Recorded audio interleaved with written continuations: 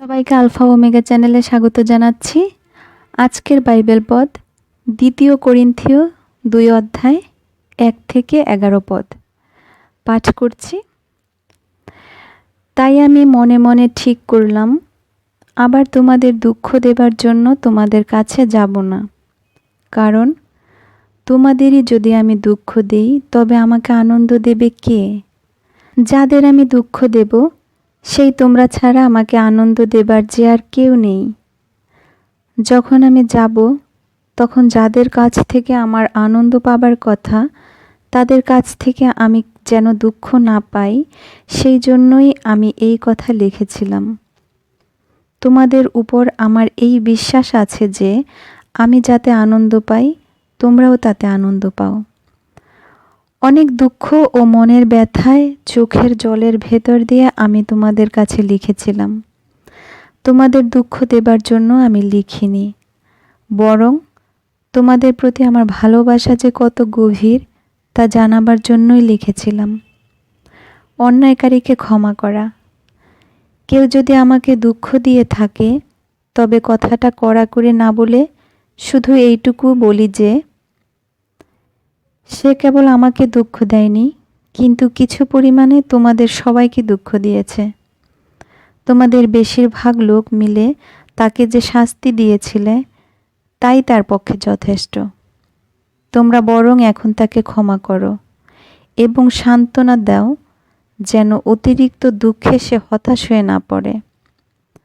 তাই আমি বিশেষভাবে তোমাদের অনুরোধ করছি, তাকে যে তোমরা ভালোবাসো তা প্রমাণ করে দেখাও। আমি যাচাই করে দেখতে চেয়েছিলাম তোমরা সব বিষয়ে বাধ্য আছো কিনা, আর এই জন্যই আমি তোমাদের কাছে লিখেছিলাম। কোনো ব্যাপারে যদি কাউকে তোমরা ক্ষমা করো, তবে আমিও তাকে ক্ষমা করি। আর সত্যি যদি আমি কোনো কিছু ক্ষমা করে থাকি, তবে খ্রিস্টের সামনে তোমাদের জন্যই তা করেছি, যেন শয়তান আমাদের উপরে কোনো সুযোগ সুবিধা না পায়। তার মতলবের কথা তো আমাদের অজানা নেই। আমেন। আজকের বাইবেল পদের আলোকে বিষয় 2 রকম চোখ। দক্ষিণ আমেরিকায় 4 চক্ষু নামের এক জাতীয় মাছ পাওয়া যায়। এই মাছগুলো একই সাথে পানির উপরে ও পানির নিচে দেখতে পায়, আর এর কারণ হলো তাদের বিশেষ চোখ। সৃষ্টিকর্তা সেই মাছের চোখগুলোকে বিশেষ উপায়ে সৃষ্টি করেছেন। এই মাছগুলো পানির উপরিভাগ দিয়ে চলতে পারে এবং চোখের উপরের অংশ দিয়ে উপরে দেখতে পায়। আবার একই চোখের নিচের অংশ পানির নিচে খোলা অবস্থায় থাকে। একই সাথে উভয় অংশের বিচরণ করতে হলে তারা পানির উপরে ও নিচে একই সাথে দেখতে পায়। খ্রিস্টে বিশ্বাসী হিসেবে আমাদেরও এই ছোট মাছের মতো হওয়া দরকার। আমাদের স্বর্গের দিকে দেখা উচিত। আবার একই সাথে এই জগতের চারিদিকেও আমাদের লক্ষ্য রাখা উচিত। স্বর্গের দিকে তাকানোর মধ্যে দিয়ে আমরা আমাদের আত্মিক ক্ষুধা ও পিপাসা লাঘব করতে পারি এবং ঈশ্বরকে আরও গভীরভাবে জানতে পারি।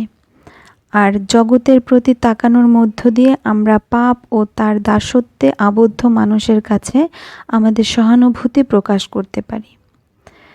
প্রভু যীশু যখন মথিলিখিত সুসমাচার 6-7 পদে ধার্মিকতা এবং দয়া সম্পর্কে কথা বলেছিলেন, তখন এই বিষয়টির উপর আলোকপাত করেছেন।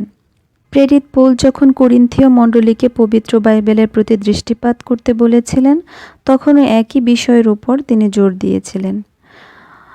যারা তাদের পাপ থেকে মন পরিবর্তন করেছে, তাদের প্রতি সহানুভূতিশীল এবং দয়ালু হওয়ার পরামর্শ দিয়েছিলেন। তাই আসুন আমরা জাগতিক এবং আত্মিক দুটি দিকেই আমাদের মনোযোগ দিই এবং আমাদের জীবনকে সুন্দর করে তুলি। সকলকে ধন্যবাদ। সবাই ভালো থাকবেন, সুস্থ থাকবেন, এই প্রার্থনা করি।